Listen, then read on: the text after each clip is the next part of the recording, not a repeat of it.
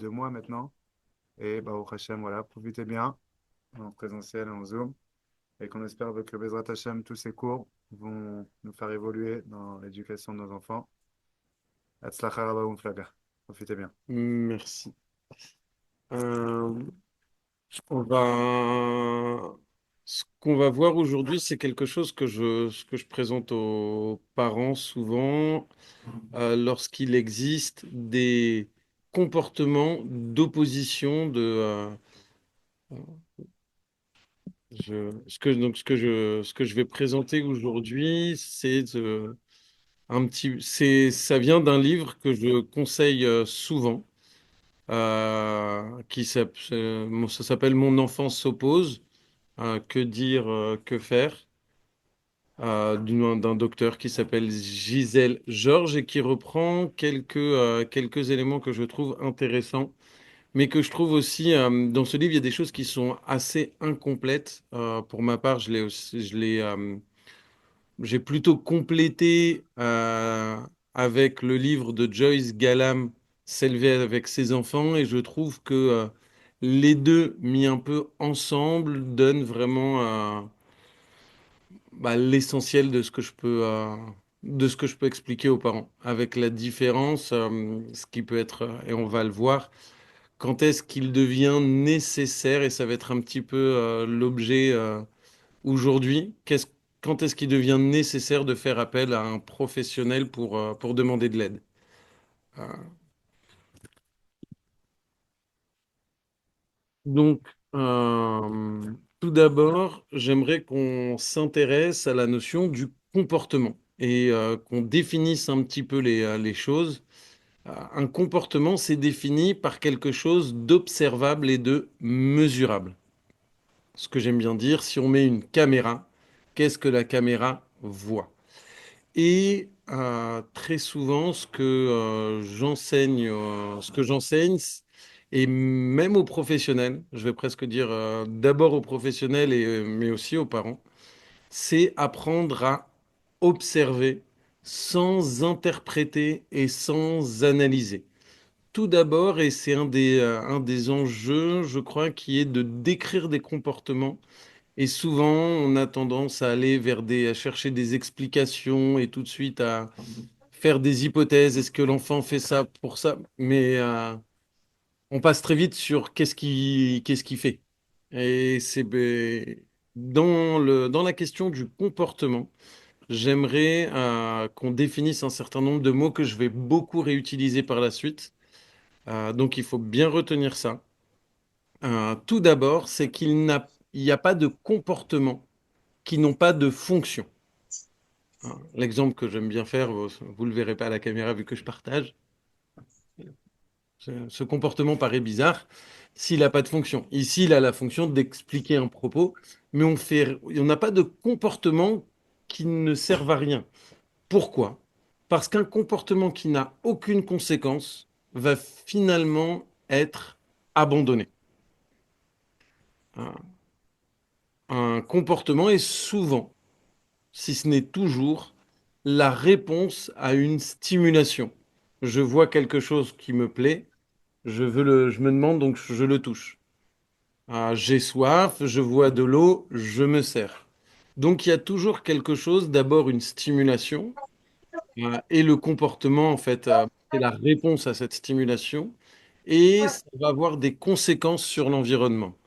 L'exemple c'est l'enfant qui fait tomber quelque chose, la maman le remet, il va le refaire tomber parce qu'il a vu que ça crée une interaction, ça crée des sur son environnement et il va essayer de voir si c'est reproductible et si ça recommence. Et donc il y a le comportement et la conséquence. Maintenant, j'aimerais qu'on s'intéresse un peu à cette conséquence.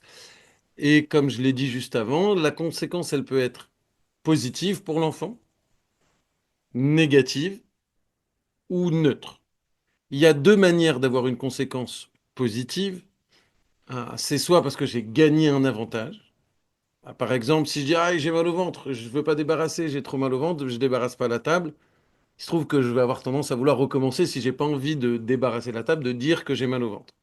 Donc ça, c'est le retrait d'un inconvénient ou d'avoir un avantage directement. Si quand je dis merci, j'ai une récompense, j'aurais tendance à vouloir, pour obtenir cette récompense, à dire merci. Hein. Et toutes les conséquences qui vont être positives pour l'enfant vont venir renforcer le comportement. Et ça nous amène donc à la notion de renforcement. Et on utilise beaucoup cette question de comment on va venir renforcer un comportement. On peut avoir donc soit un renforcement positif lorsqu'on gagne un avantage, soit un renforcement négatif lorsqu'on nous enlève un inconvénient. Et bah, c'est comme ça que les comportements se reproduisent et s'installent. On s'est rapidement aperçu, lorsqu'on étudie les comportements, que les conséquences négatives n'entraînent pas de disparition à long terme des comportements. Globalement, les punitions, ça sert pas à faire disparaître un comportement. Ça peut avoir son utilité, mais, et ça c'est vraiment un des premiers messages, les punitions ne permettent pas de faire disparaître un comportement à long terme. Ça peut le faire cesser à court terme, mais globalement, si à mettre des punitions, ça marchait si bien, bah, ça se saurait. Et on en utiliserait beaucoup plus. Et là, on a envie de dire que la meilleure manière de faire disparaître un comportement à long terme, ce serait une conséquence neutre. Mais c'est pas toujours possible. Un enfant qui se met à prendre un couteau, on peut pas dire bah non, je fais rien, on verra ce qui se passe et on va attendre. Donc il y a vraiment ces trois éléments. Donc je vais beaucoup utiliser le terme de renforçateur. Quels sont les renforçateurs qu'on va utiliser chez un enfant? Vous comprenez quelles vont être les récompenses ou le retrait d'inconvénients qui vont permettre de renouveler ce comportement sur le long terme et d'en faire une seconde nature chez l'enfant. Le deuxième message important, c'est que les compliments, ce qu'on appelle les renforçateurs sociaux, sont les renforçateurs qui marchent le mieux sur le long terme. Autrement dit, ce ne sont, et ça c'est assez contre-intuitif, ce ne sont pas les bonbons qui font le plus plaisir aux enfants. C'est vraiment ce qu'on va pouvoir dire. Il y a un exemple qui est assez parlant et, dans le livre de Joyce Gallam, et c'est un truc que je raconte quasiment tout le temps en consultation aux parents, il y a deux éducateurs qui veulent faire apprendre des télim aux enfants et leur inculquer l'importance des télim. Ils disent aux enfants, OK, venez, pour chaque télim que vous aurez bien récité, vous allez avoir un bonbon. Ils regardent au bout de 3 mois. Il y a des enfants chez le garçon, c'était un mari, une femme, le mari a pris des garçons, la femme a pris des enfants. Ils se sont rendus compte que ben, les filles commençaient à avoir un intérêt pour les télim, un intérêt pour les mots, un intérêt pour l'étude, alors que les enfants, eux, ils avaient surtout un intérêt pour les bonbons. Et ils ont regardé qu'est-ce qu'ils faisaient de différent. Et ils se sont rendus compte que l'éducateur, il centrait l'intérêt et l'importance sur le bonbon, en disant, bah écoute, si tu apprends, si tu récites bien le Teilim, tu auras un bonbon la prochaine fois. Et quand il restait, tu vois, tu as bien récité, tu as le droit à un bonbon. Si tu en apprends un la prochaine fois, tu auras un bonbon. Donc on voit ici que toute l'attention et toute l'importance, et le but, c'est devenu le bonbon. Ce que disait le Rav Yashpi, ne pas confondre l'objectif et le moyen. Là, l'objectif n'est plus le Teili, mais ça devient le bonbon. Et ça, c'est hyper important parce que ça implique que dans le message qu'on va transmettre aux enfants, on soit assez rigoureux. Donc il faut faire très attention à ce qu'on dit et comment on le dit. Et parfois, il y a ces méthodes qui sont appliquées, celles qu'on va voir. Les gens me disent, mais j'ai très bien, j'ai tout appliqué. Mais dans la communication, c'était pas exactement ça. Et on obtient des différences. Alors ça marche au début mais en 2, 3 mois, ça marchait plus. la réponse, elle est quasiment, et la solution, pour des gens qui ont bien fait toutes les étapes, c'est qu'ils n'ont pas mis comme euh, objectif principal de donner les bons renforçateurs. Et on va voir après ce que sont de bons renforçateurs. Euh, Bien entendu, l'utilisation de ces renforçateurs ne doit jamais être une monnaie d'échange.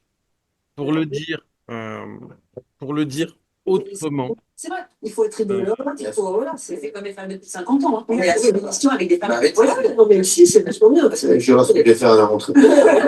on peut, Odalia Laura, si vous voulez. Tous les soirs, à Il y 20h. a un micro ouvert d'ailleurs, si vous voulez bien. Je ne sais pas moi si je peux directement les enlever. Mais si vous voulez bien couper vos micros, je vous remercie.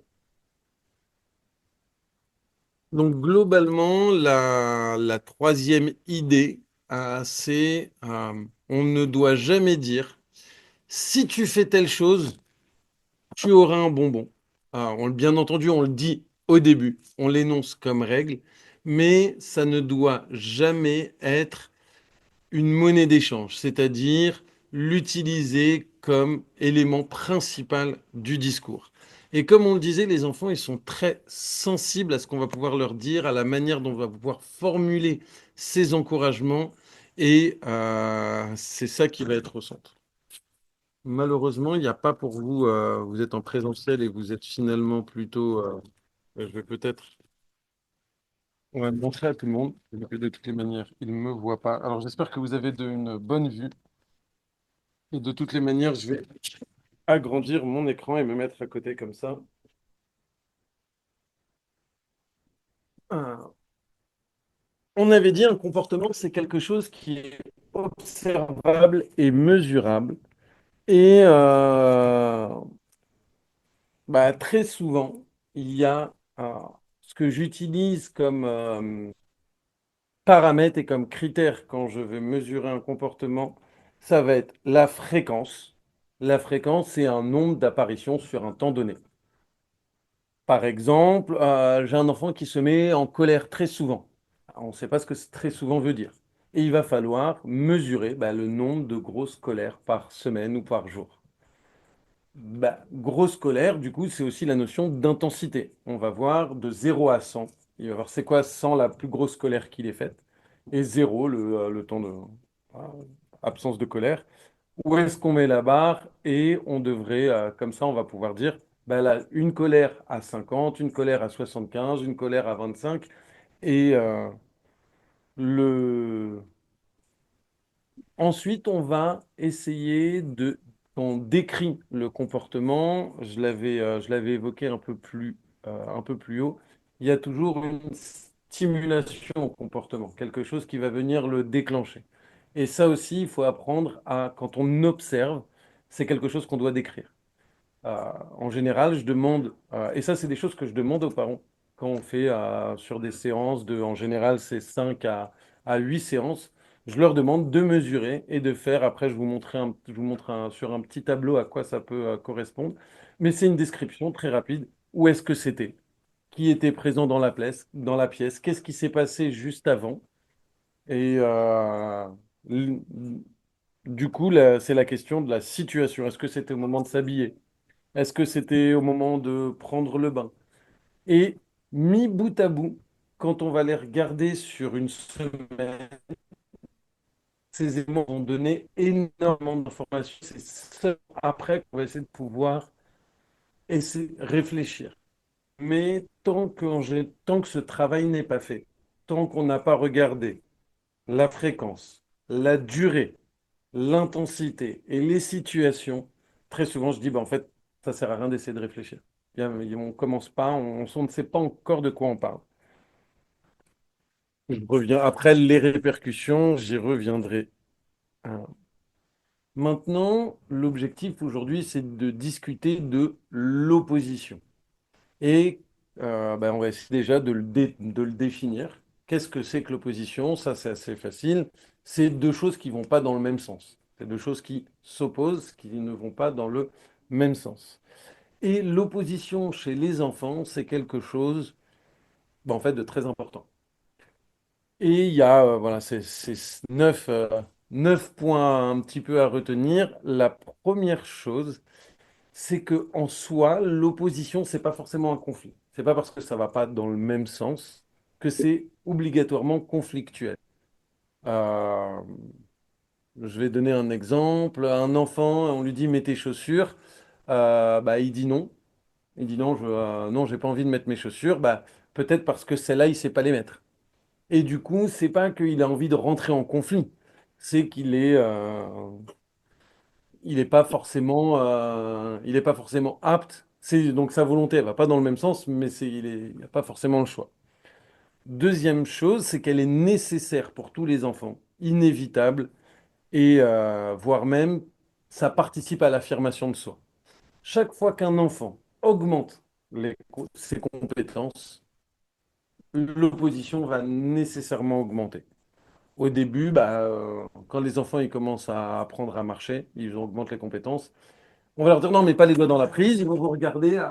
Qu'est-ce que ça fait si je fais ça? Donc, ça fait partie des processus d'apprentissage. Il essaye d'interagir sur son environnement, mais aussi de s'affirmer. Euh, Sur le fait que ce ne soit pas uniforme, on y reverra, on y reviendra. Il y a plein de manières de s'opposer et il n'y a pas une seule, pas toujours, on s'oppose pas toujours de la même manière. Un quatrième point auquel je tiens moi beaucoup parce que c'est très souvent une source de conflit ou de mauvaise compréhension. Je ne considère pas qu'une l'opposition, c'est un comportement et c'est pas verbal. On peut pas dire que l'opposition, quand c'est juste verbal, ça reste de la discussion. Globalement, un enfant qui se met à râler, si je peux m'exprimer ainsi, quand il genre, débarrasse la table, ah, ça me saoule, c'est toujours moi qui dois le faire, mais qui le fait. Il faut absolument pas considérer ça comme de l'opposition. Au contraire, je m'amuse souvent à dire que c'est un des meilleurs moments pour utiliser un renforçateur. Comment? En disant, je constate que c'est dur pour toi. J'entends que c'est dur, puisque tu me le dis. Et que tu le fais quand même. Je vois que tu fais des efforts. Et je suis très fier des efforts que tu fais. Ça me fait plaisir. Hein. Très souvent, c'est pourquoi tu râles alors que l'enfant fait. Et ça, c'est une réaction c'est important d'apprendre à la gommer, identifier que c'est pas une bonne réaction. Et au contraire, quand l'enfant communique comme ça, c'est peut-être même qu'il ait suffisamment confiance pour communiquer le fait que ce soit difficile pour lui. Et qu'il estime que vous pouvez recevoir ça. Bien entendu, je ne l'ai pas précisé, mais je parle de cas généraux. Il y a bien entendu, on peut toujours trouver un exemple précis où ça reste pas vrai, mais globalement, c'est des choses qui sont vraies.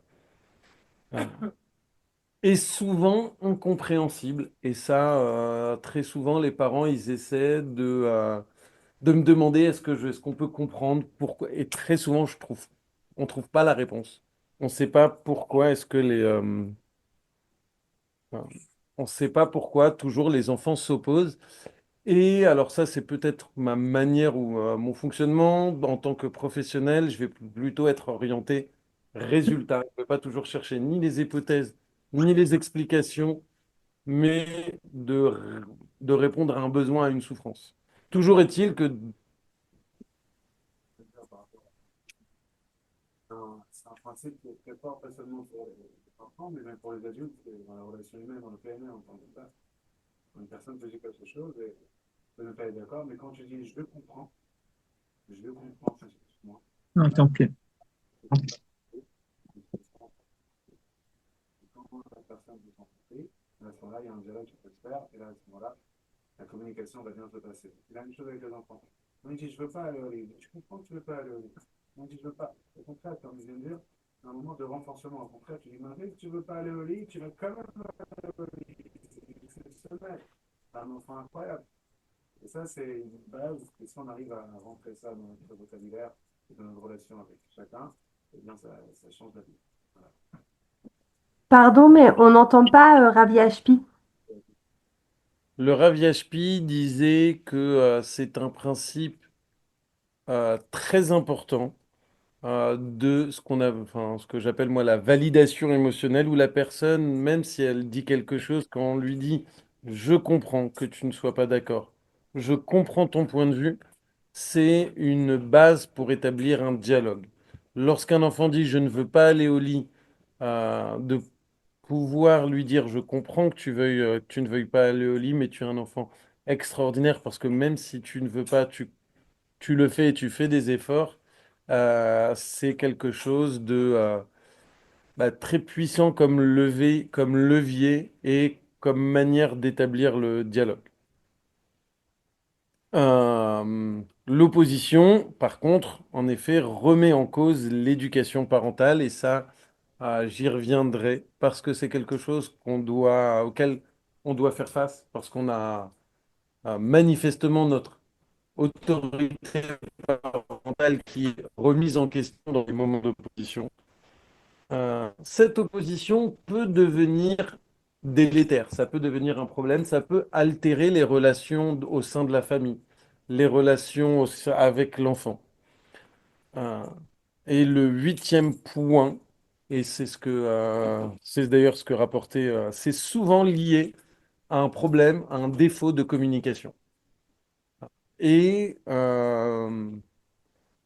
ça peut devenir pathologique dans le sens, on peut en souffrir. On y reviendra juste après d'ailleurs, je crois. Euh, bon, après, c'est quelque chose de peu utile ici. Comme je disais, ça fait partie du développement normal de l'enfant. Ça s'exprime dans différents domaines, les relations sociales, ça peut être en milieu familial ou en milieu scolaire. Bien entendu, c'est une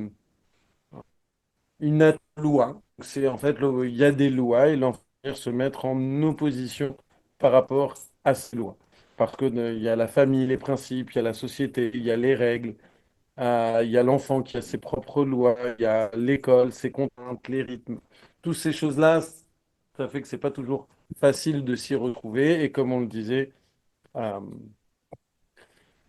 comme on le disait, ça fabrique de l'opposition parce que plus l'enfant va maîtriser ses compétences, plus il va voir que ses actions ont- entraînent des réactions sur l'entourage, plus il va expérimenter ce que ses actions font sur son entourage. Ce qui est important ici de dire, c'est que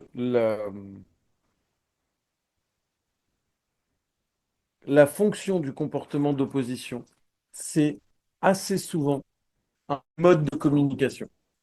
C'est une manière de s'exprimer, c'est une manière d'interagir avec son environnement. Et ça, on le verra par la suite que c'est assez important à comprendre parce que l'objectif, ça va être de rétablir cette communication. Un dernier point dans les définitions, euh, et ça, c'est aussi très important à comprendre. Est-ce qu'un enfant qui dit non, c'est toujours de l'opposition? Euh, Bien évidemment, non.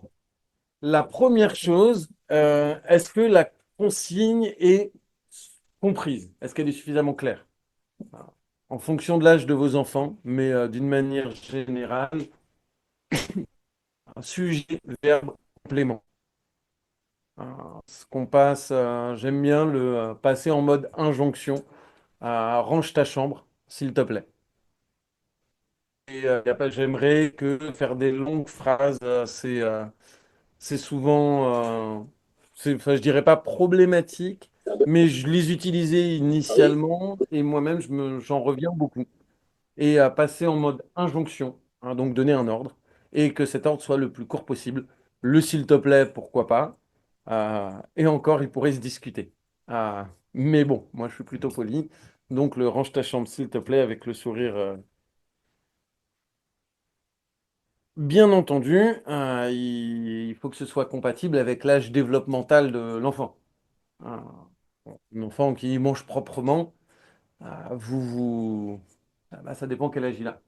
Et ça me fait une transition sur le deuxième point. Est-ce que la consigne est assez précise? Ah, Très souvent, je dis aux parents, il faut que ce soit binaire, oui ou non, et qu'il n'y ait aucune discussion possible par rapport à la consigne pour savoir pour savoir si c'est une bonne consigne. Si la consigne est bonne, il faut que la réponse, est-ce que la consigne a été respectée ou non, il ne faut pas qu'il y ait de choix entre les deux. C'est soit zéro, soit un. Par exemple, quand on dit mange proprement, la notion de propre, à combien de pourcents c'était propre?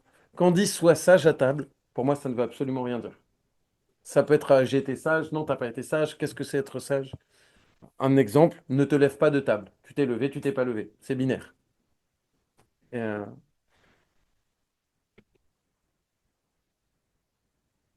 et ce que un point important de répéter, la communication de la frustration, c'est pas de l'opposition. Un enfant qui fait en râlant, il ne s'oppose pas. C'est une communication d'une frustration. Et c'est au contraire une excellente opportunité en tant que parent pour faire du renforcement positif. Renforcement positif pour peut-être il y a aussi il y a peut-être des retardataires sur Zoom, alors on va réexpliquer très rapidement. On avait dit qu'un comportement, et il avait des conséquences sur son environnement. Ces conséquences étaient soit positives, lorsqu'il gagne un avantage, donc on parle d'un renforçateur positif. Lorsqu'on enlève un inconvénient, on parle de renforçateur négatif. Euh, c'est là où c'est pour ça que je vais beaucoup utiliser le terme de renforçateur. C'est qu'on va euh, donner une conséquence positive, une récompense. Je profite aussi pour dire que la notion, quand je vais utiliser plus tard et beaucoup le terme de récompense, j'entends par récompense la notion de dopamine dans le cerveau et non pas quelque chose de matériel.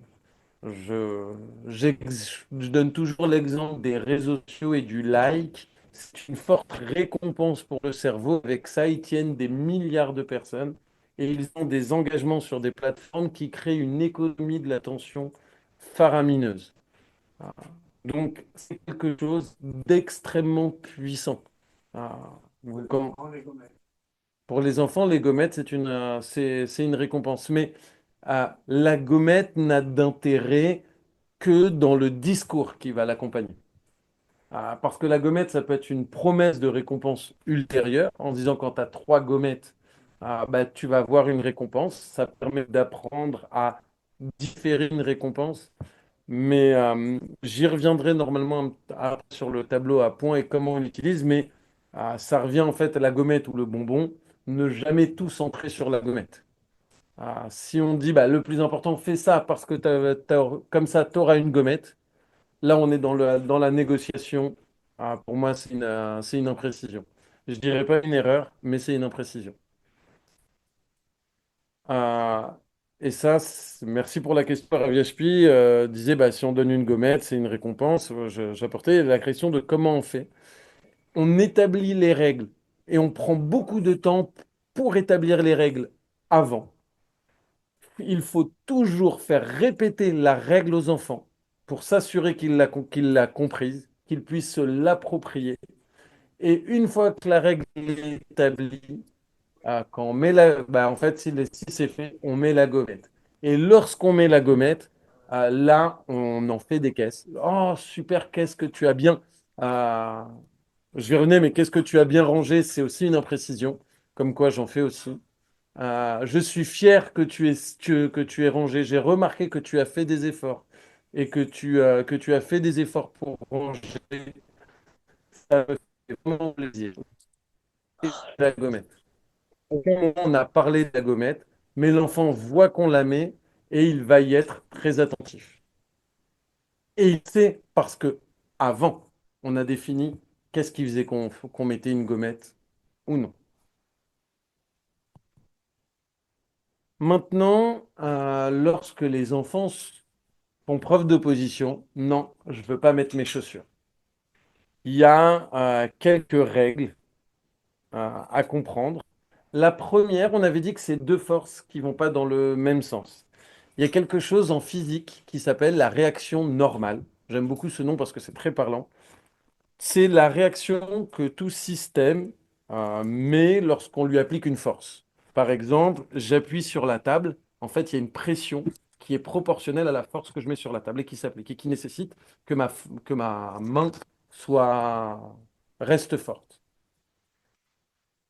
Globalement, ça veut dire que lorsqu'il y a de l'opposition, il y a un espèce de combat. Et en fait, on ne peut pas se battre tout seul. Donc la première des choses à faire, c'est de ne pas rentrer dans le combat, de l'arrêter directement. Le deuxième point, et il va avec le troisième, ne pas personnaliser, ne pas culpabiliser. Ne pas dire oui, c'est l'enfant, il veut contre moi, il a quelque chose, ou moi j'ai mal fait, ou lui, ne pas culpabiliser l'enfant non plus. Et c'est là où on revoit observer sans interpréter. C'est-à-dire, on est dans une situation où je lui ai demandé de mettre les chaussures. Qu'est-ce qu'il faisait juste avant? Est-ce qu'il était en train de jouer? Peut-être que je lui ai donné une consigne trop rapidement. Ah, juste observer. Qu'est-ce qu'il était en train de faire? Pourquoi est-ce qu'est-ce qu'il a dit exactement? Ah, et j'insiste sur le sans interpréter. Troisième point, rétablir la communication. On vient de dire que c'était deux éléments qui n'allaient pas dans le même sens et que c'était un mode relationnel. Si je te dis de mettre tes chaussures et tu vas le faire tout de suite, on rajoute un peu plus de force. La réaction normale, c'est que l'enfant oppose encore plus de force. Et c'est euh, tout à fait naturel, c'est presque une réaction physique qu'on appelle la réaction normale. Donc l'objectif, ça va être de rétablir la communication. Comme le disait le Rav Yashpi, euh, sur des conseils qu'il m'avait d'ailleurs donné, c'est ce qu'on appelle, on peut passer sur un mode qui s'appelle assertif, donner une assertion, ce qui est énoncer une vérité. Par exemple, je vois que tu veux pas mettre tes chaussures. Est-ce qu'il y a quelque chose qui t'embête? Donc là, l'enfant, on n'est plus du tout dans le combat. On a rétabli une communication. On on rétablit un dialogue. Il se sent compris. Et on n'est pas dans une lutte de pouvoir ou d'essayer d'avoir une supériorité. Et ça amène, une fois qu'on a rétabli la communication, le dernier point, c'est de trouver un terrain d'entente. Euh, Est-ce que l'enfant va dire pourquoi est-ce qu'il veut pas mettre ses chaussures et voir si on peut faire quelque chose? Celles-là, j'arrive pas à les mettre. Alors peut-être même qu'on n'était pas du coup dans de l'opposition, mais c'était une consigne qui n'était pas en rapport avec ses capacités. Il y a des lacets sur ça, mais tu sais, je ne sais pas mettre les lacets. Ah oui, c'est vrai. Ou bien, ah ben non, j'ai pas fini de faire telle chose. Oui, mais on était pressé. D'accord, je te donne 5 minutes. Je mets un minuteur. Et lorsque la minuterie s'arrête, on revient. Tu es d'accord? Ok. Donc là, on voit qu'on peut trouver un terrain d'entente. Et le septième point, on va y venir, c'est qu'on avait dit qu'il y avait des situations où les enfants ils pouvaient Ça suffit. s'enfermer dans ce mode de communication. Et là, il est parfois nécessaire d'avoir du coaching et de faire appel à un professionnel. Et je vais juste vous présenter quelque chose qu'on appelle, selon les initiales, le TOP, pour TOP, trouble oppositionnel avec provocation. Là, vous avez la définition. à cette, euh, Déjà, j'insiste, c'est comportemental. Ça n'a aucun lien avec le fonctionnement neurologique ou psychiatrique ou une altération de quoi que ce soit. C'est des observations. Donc, en fait, c'est une case inventée par l'être humain pour rendre compte d'une Non. réalité. Et j'imagine que dans les années 20, il n'y avait pas de trouble oppositionnel avec provocation parce que la société ne le permettait pas. Ou du moins peut-être très peu. Alors, donc, il y a trois grandes choses et il faut que ce soit pendant 6 mois avec, on dit, au moins 5 critères, donc dont dans les trois, et je vais y venir, c'est une humeur colérique, donc un enfant qui se met souvent en colère, souvent susceptible, agacé par les autres, souvent fâché ou plein de ressentiment. Donc une humeur globalement colérique. Aussi. Un comportement provocateur, si vous pouvez couper les micros, s'il vous plaît. Donc le comportement provocateur, c'est contester l'autorité, refuser de se plier aux règles, refuser activement. J'insiste sur la notion de active parce qu'il y a une opposition qui peut être aussi passive, on y reviendra plus tard. Embête les autres délibérément, donc avec une volonté d'embêter, et fait souvent porter à autrui la responsabilité de ses erreurs ou de sa mauvaise conduite. Et le dernier point, c'est esprit vindicatif, c'est montrer méchant ou vindicatif qui a voulu se venger au moins 2 fois durant les 6 derniers mois. Vous voyez que 2 fois sur les 6 derniers mois sur un enfant, c'est pas beaucoup. Bien entendu, on parle de quelque chose de significatif ayant d'importantes conséquences. Et le deuxième point sur l'esprit vindicatif, c'est le côté un peu plus réfléchi et non pas une réponse émotionnelle euh, immédiate.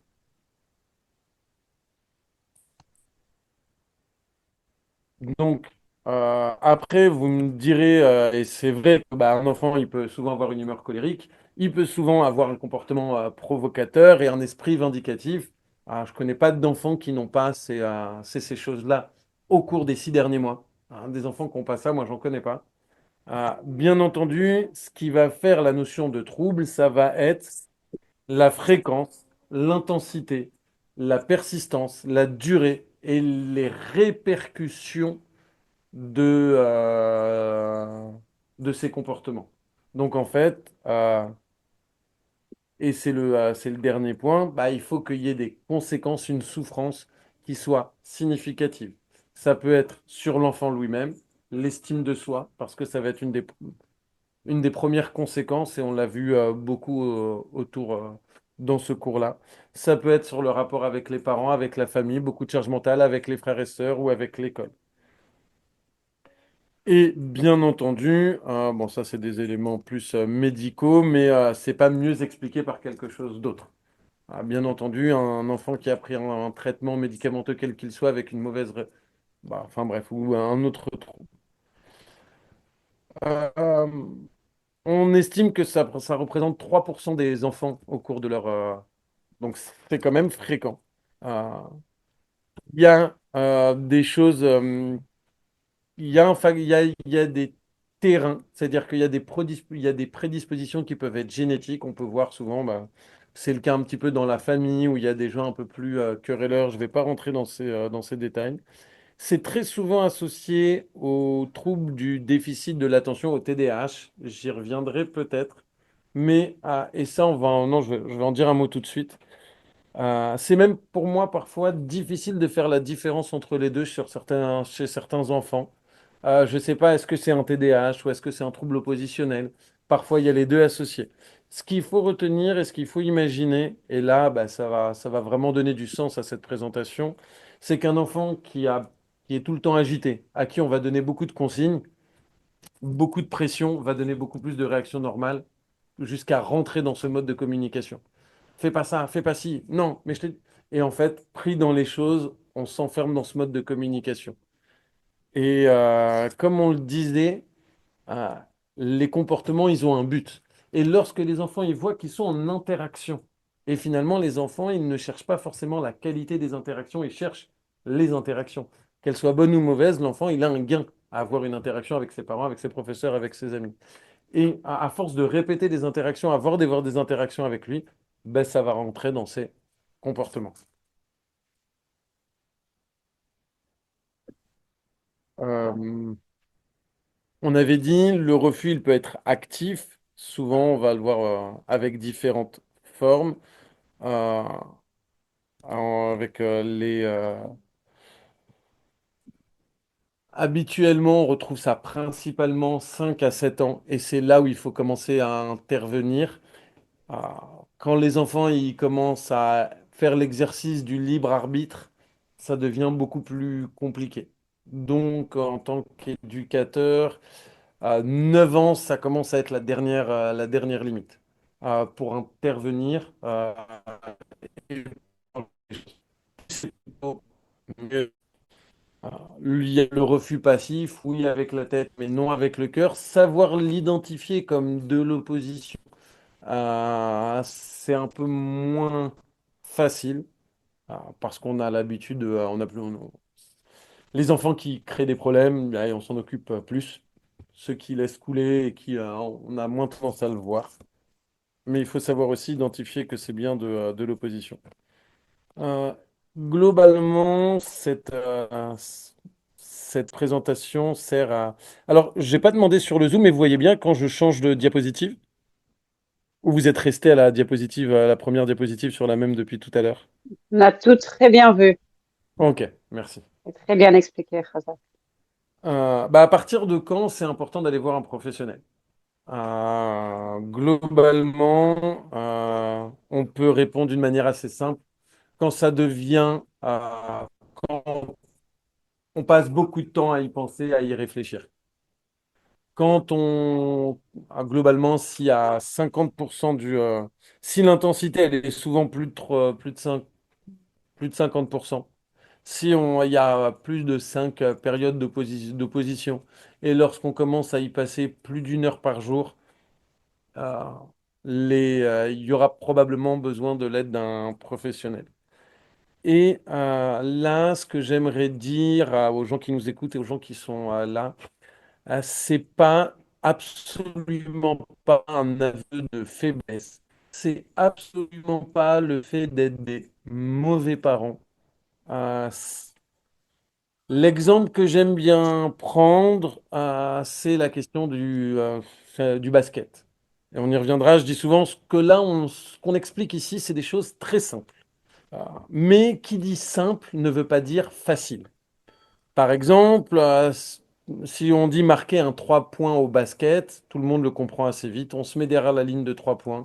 Il y a un panier, il y a un arceau. On doit mettre le panier dans l'arceau. Tout le monde l'a compris en 10 secondes. Si on essaye, eh ben, ça va pas être facile. Ça va demander beaucoup d'entraînement. Parfois, lorsqu'on va juste jouer au basket tranquillement le dimanche matin, ça va rendre très compliqué. Si on rate et on recommence, au final, on va finir par s'amuser.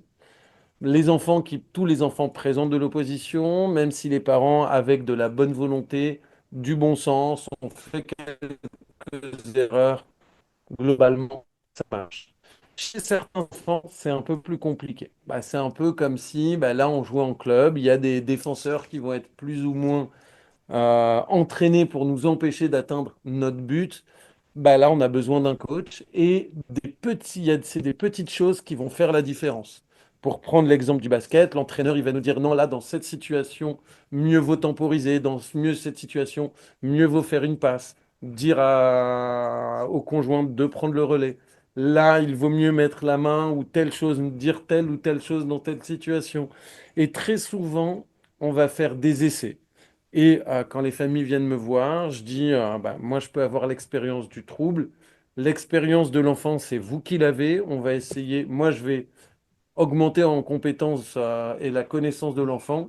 Vous, vous allez augmenter dans la compétence et la connaissance des techniques. Et normalement, on arrive à un équilibre et on va pouvoir un petit peu collaborer pour essayer essayer des choses. On trouve pas tout du premier coup. Et les interventions, vous l'aurez compris, elles sont surtout dans l'opposition, pas chez les enfants que ça se passe. C'est vraiment une adaptation des parents. Et c'est aux parents de modifier des choses dans les interactions avec les enfants. Si les enfants ont besoin de soins, par ailleurs, c'est autre chose, c'est possible, mais, et ça, c'est un des messages forts, j'ai quasiment jamais vu en 4 5 ans d'expérience C'est pas beaucoup, vous me direz. Ah, mais j'ai jamais vu de questions d'opposition qui se règlent en intervenant chez les enfants. On a beau mettre des psychologues chez les enfants, de la psychomotricité, ce que vous voulez, des groupes, si les parents ils modifient pas des choses, en général, ça marche pas. Et bon, c'est pas parce que les parents ne vont pas voir des professionnels qui modifient pas des choses. Ça peut être au travers de lecture, au travers de sensibilité. Les parents peuvent y arriver seuls. Mais s'il y a de l'opposition, c'est aux parents de modifier quelque chose. Et à mon sens, c'est pas à l'enfant. L'enfant, il va s'adapter à ce que les parents vont mettre en place. Je sais pas combien de temps il me reste. Je vais regarder rapidement. C'est normal que je ne vous vois pas du tout, docteur.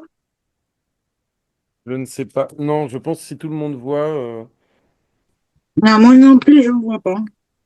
Ah, Maintenant, je vais juste un petit peu la casquette. la casquette. Voilà. Normalement, vous devriez Oui, voir. Pardon. Là, je vous vois, ouais. oui, là, je vous vois. Ah ouais, elle a Non, raison, madame madame. ça Ouais, y est, c'est pas ça grave. y est, pardon, excuse-moi, ma chérie. Ok. Là, moi, c'est surtout l'écran qui. Moi, c'est normal si vous ne me voyez pas parce que je suis obligé de montrer l'écran à ceux qui sont sur place aussi. Ah, merci quand même. Normalement, là, non. Il y a des choses qui sont visibles, mais là, globalement, ok.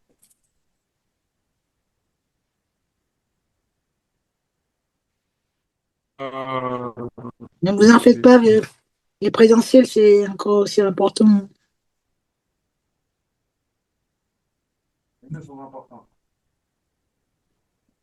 Tout est important dans la vie. ok. Donc, juste Attends, pour je vais faire le micro. terminer, il y avait, on va repasser un petit peu sur les observations maintenant, et peut-être je vais essayer de résumer un peu ce qu'on avait essayé de conclure en rappelant les idées principales. L'opposition, elle est tout à fait naturelle, nécessaire, importante chez les enfants. Elle peut devenir délétère quand on s'enferme dans un mode de communication. C'est très souvent un problème de communication et l'enjeu principal, ça va être de rétablir cette communication. Lorsque ça devient trop important, il va falloir observer et mesurer, c'est-à-dire fréquence, intensité, durée, contexte. Et avec ça, après, il y a les outils éducatifs et l'opposition. C'est finalement, euh, vous retrouverez beaucoup de choses dans le livre de Joyce Galland, ce qui n'y est pas. Et c'est peut-être ça, c'est comment est-ce qu'on verbalise les renforçateurs. Joyce Galland s'est élevée avec ses enfants. C'est un livre sur l'éducation qui a été. Il y a une dame qui en a présenté, qui l'a présenté au cours de la formation. Ouais. C'est le Rav Jacobson. Rav Jacobson Alter et tout la Banim qui sur et c'est des gens qui ont suivi cette formation et qui reprennent énormément enfin après c'est très riche. C'est principalement le Rav Jacobson qui a travaillé sur les troubles du comportement chez les enfants dans les milieux haredi en Israël. Il y a un point et j'insiste beaucoup sur ce point parce que je pense qu'il est hyper important. Comment est-ce qu'on formule un compliment, je dirais un renforçateur ou un encouragement. Euh, c'est bien, tu as bien rangé ta chambre. Pour moi, c'est une grande imprécision. Faut toujours retenir je, sentiment, situation. Cette formule-là, au début, c'est pas naturel, mais il faut vraiment s'y forcer. Faut être un peu rigoureux dessus. Et après, ça devient une seconde nature. Euh, Presque après à l'oreille, quand vous dites c'est bien, ça va vous attaquer. Parce que c'est bien, c'est moral. Oui, non, ça peut être discuté. Et pareil d'ailleurs dans le couple ou dans les relations professionnelles, on ne peut pas contredire votre sentiment. On peut contredire une valeur morale. T'as bien fait, t'as pas bien fait, ça peut être contredit. Par contre, je suis déçu, je suis triste, je suis en colère. On ne peut pas vous dire non, vous n'êtes pas déçu, non, vous n'êtes pas triste, non, vous n'êtes pas en colère. On peut vous dire que les raisons, c'est pas justifié, peut-être, mais il y a le sentiment. Donc, pareil pour les bonnes choses. Dire c'est bien, je suis content. Tu as bien fait tes devoirs, tu as fait des efforts, je suis fier de ton travail. Ta chambre est bien rangée, ça me fait plaisir que tu ranges ta chambre. Et ça paraît rien, ça paraît une goutte d'eau, mais les gouttes d'eau répétées, on sait ce que ça peut transpercer la pierre. C'est Mais bien. est-ce que, Tu mais est-ce que, Non, en fait, c'est bien, en général, on le dit parce que c'est un réflexe, mais c'est bien, ça respecte pas le format jeu, sentiment, situation. Il faut que ce soit personnel, mais le fait émotionnel. de, Oui, oui, une question mais à distance. ouais, le fait de, alors pardon, j'ai besoin de la diapo d'avant parce que je me base sur les exemples. Donc quand vous dites je suis content de ce que tu as fait, est-ce que le fait de ramener les choses à soi, aux parents, c'est pas, du coup, il fait les choses pour mon bien-être, pour que je sois contente, pour que je sois fière, pour que j'ai du plaisir. Est-ce qu'il Alors n'y a ça, pas, est-ce qu'on je vais joue être pas très clair. avec les émotions? Je vais être très clair, les enfants, ils rangent pas parce que ça leur fait plaisir de bien ranger, ils le font les choses pour faire plaisir à leurs parents. Les enfants, ils travaillent pas à l'école à 10 ans pour avoir un bon métier plus tard. Ils vivent à travers votre regard. Donc en fait, ils attendent ça et faut pas être avare. Et alors, bien entendu, il faut pas que ce soit de la manipulation. Il faut que ce soit réel. Merci pour cette question parce que j'avais oublié il faut que ce soit réel. Il faut pas que ce soit exagéré. Si vous n'êtes pas fier, faut pas dire je suis fier. Et c'est pas de la manipulation. C'est de la communication. C'est vous avez un sentiment et vous le transmettez. Vous dites que vous révélez quelque chose qui se passe à l'intérieur de vous. Et si c'est pas vrai, eh ben en fait ça sonnera faux. Et on appelle ça l'authenticité. C'est quand le non-verbal il s'accorde au verbal. Parce que si vous dites quelque chose que vous ne pensez pas, votre corps il va vous trahir. Et c'est 80% de la communication, le non-verbal. Ok, bah merci beaucoup pour la précision, en effet. Merci. Merci pour la question. En avant. L'enfant, il va apprendre à mentir. Oui, ça, c'est premièrement. Et deuxièmement, il va se dire, je suis tellement pas capable et je veux tellement rien que mon père, il doit mentir pour me donner un compliment. Le Rav Yashpi il dit l'enfant, si il va apprendre à mentir. Et en plus, ça va baisser son estime de soi parce qu'il dit, je suis tellement pas capable que mon père, il doit mentir pour me donner un compliment. Bien entendu, éviter les pseudo-encouragements, c'est une des erreurs. Ah, c'est ta chambre, je suis content, t'as bien rangé ta chambre. 7 fois. Bam. Le 7 fois, en fait, c'est une attaque. Ça amène au fait qu'il n'a pas rangé sa chambre avant. Et l'enfant, il va retenir que ce qu'il y a de mauvais. Parce que le cerveau humain, il pas les enfants, les humains, ils sont créés comme ça. On va tous entendre 7 fois. Éviter la globalisation et les comparaisons. Ah, qu'est-ce que tu ranges toujours bien ta chambre? Tu ranges tu fais comme les autres, ça c'est pareil à éviter. Euh, et très souvent, j'aime beaucoup cette idée, le test de vérification. Se poser la question, à votre avis, comment il se sent l'autre après mon intervention? Se poser cette question, vous avez en général la réponse sur la qualité de votre renforçateur. Bien entendu, il faut focaliser sur les efforts et non sur les acquis. C'est les efforts qu'on doit et pas ce qu'il a fait. Par exemple, je dis souvent aux parents, ne pas réagir quand il y a un 20 sur 20. Réagir quand il y a eu des efforts. C'est assez dur. Parce que finalement, s'il a un 20 mais en trichant,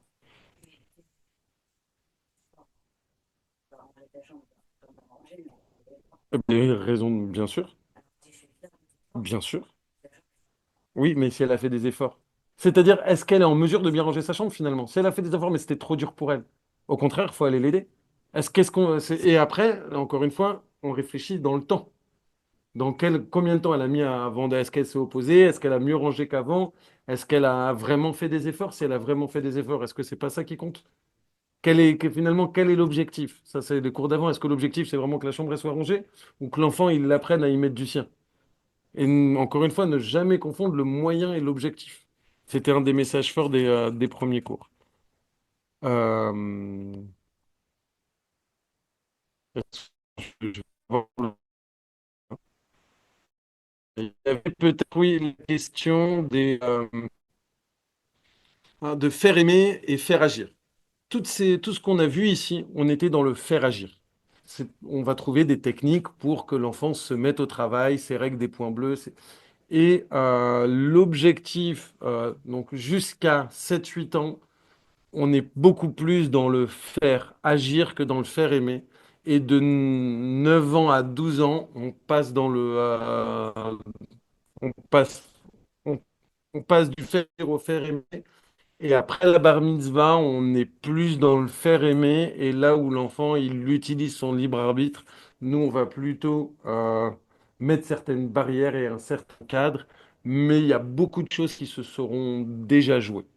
Ça ne veut pas dire qu'il est jamais trop tard pour commencer, mais si on commence plus tard, prendre en considération ce retard et ne pas avoir les mêmes attentes. Globalement, les attentes, ils doivent... Pour ma part, quand les parents ils viennent après 13 ans, je leur dis, mon objectif ne sera pas d'améliorer le comportement de votre enfant. L'objectif, il sera d'améliorer votre sentiment d'efficacité à vous et votre charge mentale à vous. Donc, en gros, il faut que vous soyez plus à l'aise et plus satisfait de la communication. Moi, je vous garantis pas que l'enfant il va s'améliorer. Si ça s'améliore, c'est bonus. Mais après, pour moi, après 12 13 ans, ça va dépendre du choix de l'enfant. L'enfant, ça y est, il a son Yetzerara, Yetzeratov, il exerce son libre arbitre. S'il veut pas, le monde entier il peut se lever, il n'y a rien qui tient devant la volonté.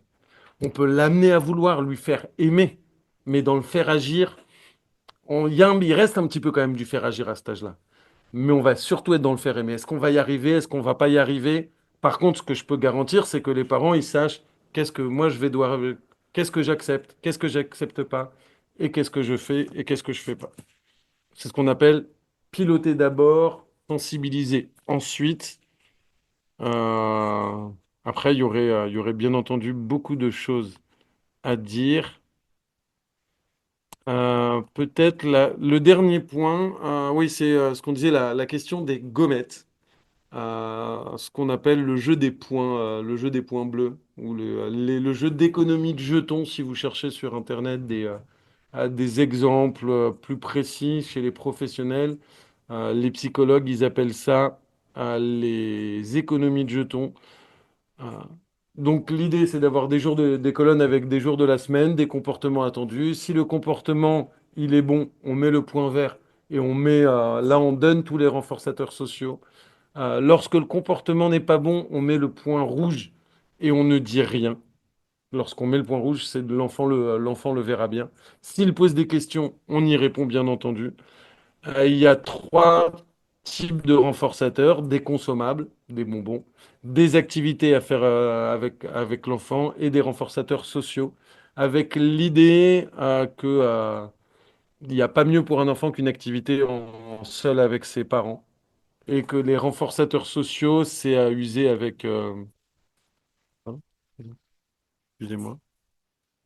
Vous voyez le point rouge là, dans la présentation? Non. Euh, Dès que l'enfant est en capacité de Alors comprendre là, on voit la plus de consigne présentation. à partir de... Non, je viens de l'arrêter. À partir de 3 ans, là, on est sur les questions-réponses. Donc, à partir de 3 ans, c'est déjà sur des choses simples. L'idée, faites gagner les enfants au début. L'objectif, c'est d'être... Ouais, des choses qui sont... Mettez même des choses qu'ils faites déjà et des choses qu'ils sont en train de faire. Les premières semaines, évitez des choses qu'ils font pas encore. L'idée, c'est vraiment de les motiver. Moi, j'aime bien laisser une petite ligne. Au début, ils apprennent avec le tableau. Après, je mets une ligne où je leur dis, ben là, ça va être juste les efforts. Je vais pas regarder le résultat, mais je vais juste regarder est-ce que vous faites des efforts ou non. Et je vais mettre, s'il y a des efforts, je vais mettre la gommette pour vraiment... Non, en fait, je leur donne un objectif, par exemple, sur la dernière, c'était sur ramasser les jouets et les mettre sur son lit, parce ils ont encore du mal à le mettre, c'est 3 et 4 ans pour mes enfants, ils ont encore du mal, mais déjà, avant que l'aide ménagère passe, qu'ils mettent les objets sur le lit, par exemple, ça peut être, est-ce que vous avez fait des efforts? Bah ça, mettre C'est-à-dire, est-ce que vous avez fait, même s'ils n'ont pas tout fait, s'ils ont essayé d'y penser, de valoriser quelque... Enfin, même si un objectif, même si l'objectif n'est pas atteint, mais de leur dire que valoriser l'effort et d'avoir vraiment cet entraînement, c'est l'effort qu'on valorise. Est-ce qu'il y a il y a d'autres questions? Non, c'est que c'était très clair. Ok. C'est bon pour Excusez-moi, vous. Oui. excusez-moi. Si l'enfant, grâce à Dieu, ma fille, elle a à peu près 7 ans. Et grâce à Dieu, bon, elle a une facilité, elle a souvent des 10 sur 10. Mais à la fin, ça devient comme si qu'elle a envie d'avoir des mauvaises... Je sens qu'en ce moment, elle veut avoir un peu des mauvaises notes comme si que, pour pas me laisser dans ce, comment dire, dans cette habitude. Comme si que, je sais pas, peut-être je l'ai pas assez renforcé. Alors je sais pas comment maintenant la refaire revenir à se pousser à vouloir avoir des 10 sur 10 parce que, en fait, elle a eu une petite chute, justement j'ai eu cette impression de vouloir faire un peu comme les autres. Ou peut-être parce que j'ai été habituée, alors elle a senti qu'il y a eu une habitude et que bon, ça faisait plus rien. Donc, je sais pas. Ah, Est-ce qu'il y a quelque chose je vous répondrai de manière un peu scolaire. Il faudrait d'abord observer. Je ne sais pas depuis combien de temps, ce qu'il y a, ce qu'elle en dit. Je vous poserai les questions aussi. Comment vous réagissiez lorsqu'elle avait des 10 sur 10? Est-ce qu'il y avait de la généralisation? Tu travailles toujours très bien. C'est des, je ne sais pas comment est-ce que vous réagissiez à l'époque des 10 sur 10. Est-ce il y avait déjà l'effort qui est valorisé? Est-ce que je vous disais, alors moi, mes enfants ne sont pas encore en âge de me ramener des notes. Je ne sais pas comment je réagirais. Je serais capable de réfréner ma fierté sur un 10 sur 10.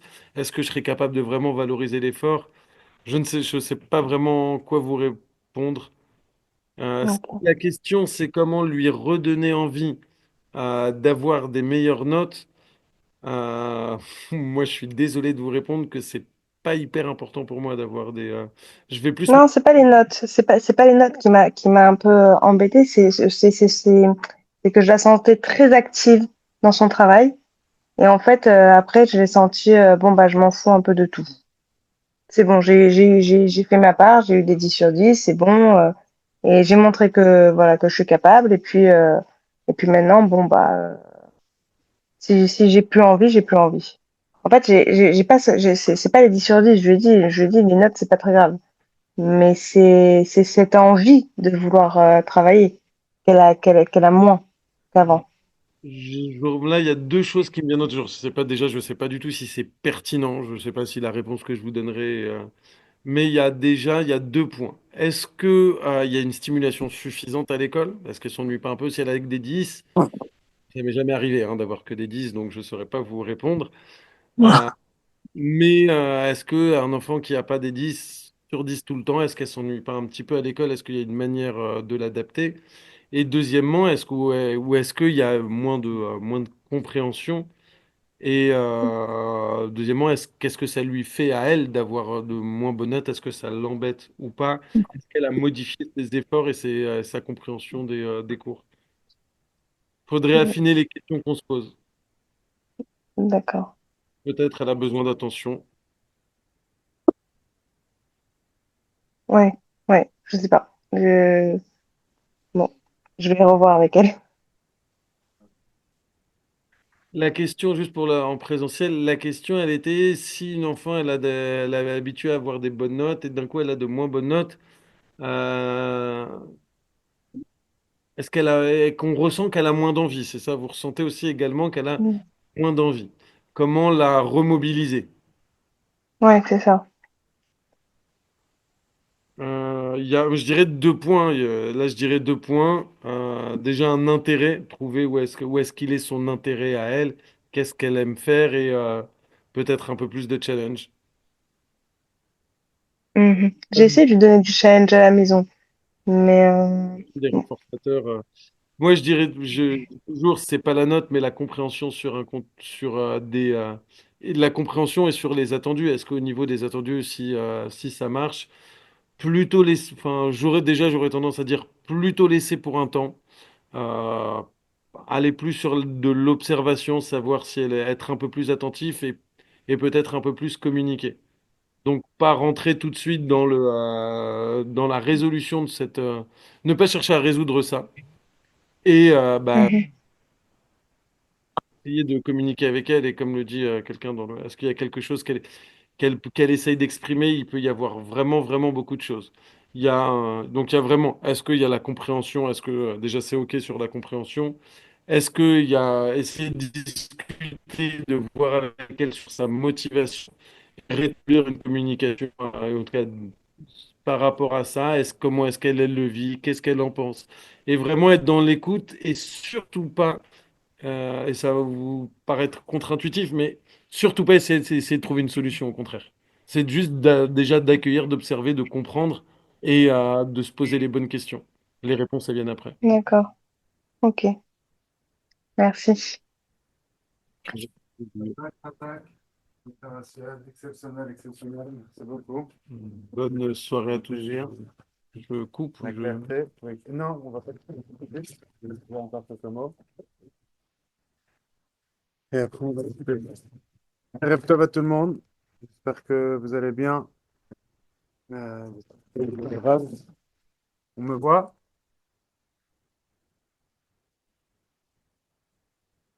Ouais. Oui. Alors, bon, Hachem, on a parlé de choses importantes aujourd'hui. C'est intéressant comment chaque, euh, chaque idée éducative, elle est reliée avec d'autres idées. C'est-à-dire, on voit que dans le cours de docteur à Suède, on voit que tout est relié en vérité. Il y a une Torah, il y a une vérité. Et après, il y a le fond et la forme, comme on dit. Le fond, c'est le même. Et après, la forme, elle va changer selon plein de choses. Euh, Comme la dame a parlé aussi d'efforts, celle qui a demandé par rapport à sa fille sur les efforts, ça veut dire que l'idée, en vérité, comme on a parlé dans les cours d'avant, c'est d'inculquer aux enfants que l'effort, c'est le plus important. Tout le temps, les compliments, c'est sur les efforts. Waouh! Directement, j'ai demandé un verre d'eau, directement, tu m'as ramené. Beaucoup d'efforts de ce style. Et là, l'enfant, il va comprendre qu'en vérité, l'essentiel, c'est pas le résultat. Alors, par rapport à votre fille qui a des 10 et après, tout d'un coup, elle a moins de motivation, il faut voir, est-ce qu'elle réalise réellement que l'essentiel, c'est l'effort? Et comment elle va réaliser? Quand nos compliments, ils vont être selon leurs efforts. Et ça, c'est un point qu'il faut se répéter, répéter, répéter, répéter, répéter, jusqu'à que le parent, il comprend ça.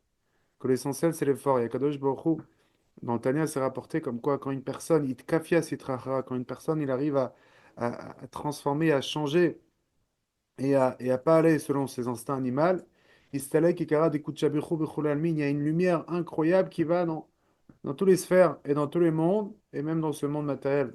C'est une lumière qu'on voit pas, mais qui, en réalité, qui est encore plus là que des fois des choses matérielles. Aujourd'hui, avec la technologie, on comprend qu'il y a plein de choses qu'on ne voit pas, mais qui font tourner des milliards de dollars, et que, Baruch Hashem, c'est le futur.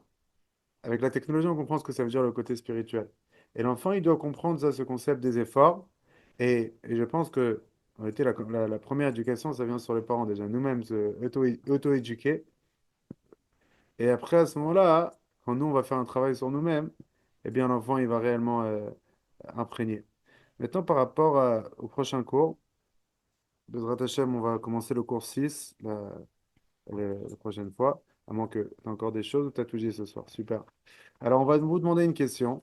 Ce sera l'introduction du prochain cours. Et Bezrat Hashem, on va envoyer aussi la question dans le groupe.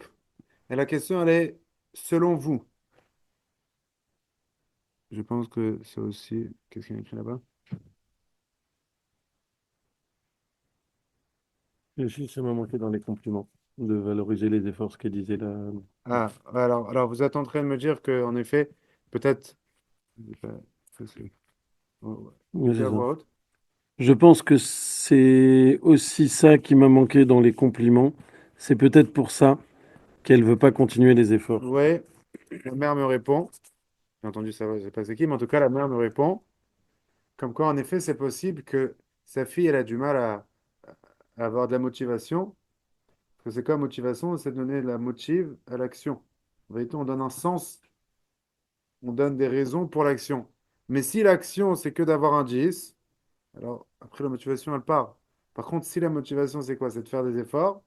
Et si les compliments n'étaient pas selon les principes qu'on a dit dans les cours d'avant et qu'on a répétés, en effet, comme la mère a dit, eh bien, c'est possible que c'est ça qui a fait. Alors, c'est pour ça qu'il faut s'habituer maintenant, depuis aujourd'hui, dans notre tête, comprendre que Kadosh Baruch Hu, il valorise les efforts. Et le résultat, c'est lui qui le donne le résultat. On a beau faire tous les efforts du monde, si Kadosh Baruch Hu, il veut pas que ça réussisse, il n'y a rien qui va se faire. Et on peut le voir dans notre vie. Des fois, on a fait très peu d'efforts.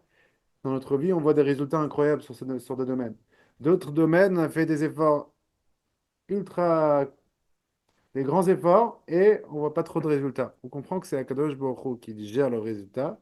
Et c'est pour ça que une personne, un adulte et un enfant, ils méritent les compliments sur les efforts. Euh, bonjour, bonjour, bonjour. Ok. Comment allez-vous? Oh, Chaim, Chaim. Baruch Hashem. Mon ami d'enfance, il est avec moi au GAN. Et Baruch Hashem, un vrai kiff, Chaim. Chazak, Chazak. Beaucoup de brachot, Bezrat Hashem. Exceptionnel. Il faudra absolument que je vienne te voir en Israël. Bezrat Hashem. On n'entend pas, ça a coupé. Exceptionnel. En tout cas, voilà.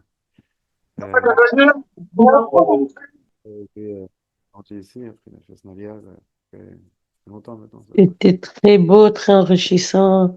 Ishar Koach. Merci beaucoup, Maura Sarah. Encore une tante qui est en Israël. Il nous prépare le terrain. Euh, alors, Bezrat Hashem, le prochain cours, il sera basé sur une question. Et la question, on va vous la demander aujourd'hui. Et vous avez une semaine pour réfléchir à cette question. Parce que des fois, les parents ne se demandent pas des questions. On ne se demande pas une question pour la parnassa. Mais pour l'éducation des enfants, des fois, on oublie de se demander les bonnes questions. Bezrat Hashem, le dernier mot qu'on va lire dans cette formation, c'est est-ce que tu es prêt à vendre ton fils pour 100 millions de dollars? Sois sincère. Oui ou non? Alors, on est bien d'accord que c'est évident que ça, c'est la photo. Ok. Très intéressant. On va voir dans le dernier cours, on va parler de ça. Ça veut dire qu'en réalité, cette formation, elle vaut plus que 100 millions de dollars. Ok? Parce que si on n'apprend pas sur l'éducation, eh bien, nos enfants, ils vont subir d'un manque de compétences. Et l'éducation, il faut apprendre, apprendre, apprendre. Comme le Rabbi Rachab dit chaque jour, il faut méditer une demi-heure sur l'éducation. Ça peut être avec notre femme, s'asseoir sur un thé et parler sur les enfants, comment ils grandissent, comment ils vont, etc. Alors la question que vous allez avoir et qu'on va envoyer aussi dans le groupe, c'est selon vous, quels devoirs des parents envers leurs enfants sont les plus importants? Sont les plus importants. OK? C'est quoi le devoir des parents envers leurs enfants? C'est quoi le devoir le plus important que les parents ils ont envers leurs enfants? OK? On éduque nos enfants. C'est quoi le devoir le plus important? Alors réfléchissez. Les prochains cours, on va parler de ce sujet qui est très important et très intéressant. Euh, et voilà, et Bezrat Hashem, on espère que Kadosh Baruch Hu, il nous donne le Siyata d'Ishmaïa. Comme on dit, le premier klal, la première base dans l'éducation, c'est qu'il n'y a pas de klalim, il n'y a pas de base. Ça veut dire que, en vérité, chaque enfant est différent, etc. Mais c'est sûr qu'il faut apprendre. Et c'est sûr que Bezrat Hashem, euh, qu'est-ce qu'il y a écrit là-bas? Les anciens élèves de Shnia. On dit, Baruch Hashem. Ok, Baruch Hashem. En tout cas, voilà, ça c'est l'idée. Je pense qu'on était clair. Est-ce qu'il y a des questions? Tout va bien? Mhm. Ok. Alors, Chazak à vous tous pour pour ce temps qu'on a passé ensemble sur l'éducation. Et, euh, et voilà, Bezrat Hashem, qu'on entend plein, plein de bonnes nouvelles, Bezrat Hashem, et que tout ça déclenche déjà la Goula Amitit Vashtema avec ma chère Tetkenu. Amen. Chazak, encore une fois, un grand merci à Dr. Assued pour cette intervention exceptionnelle.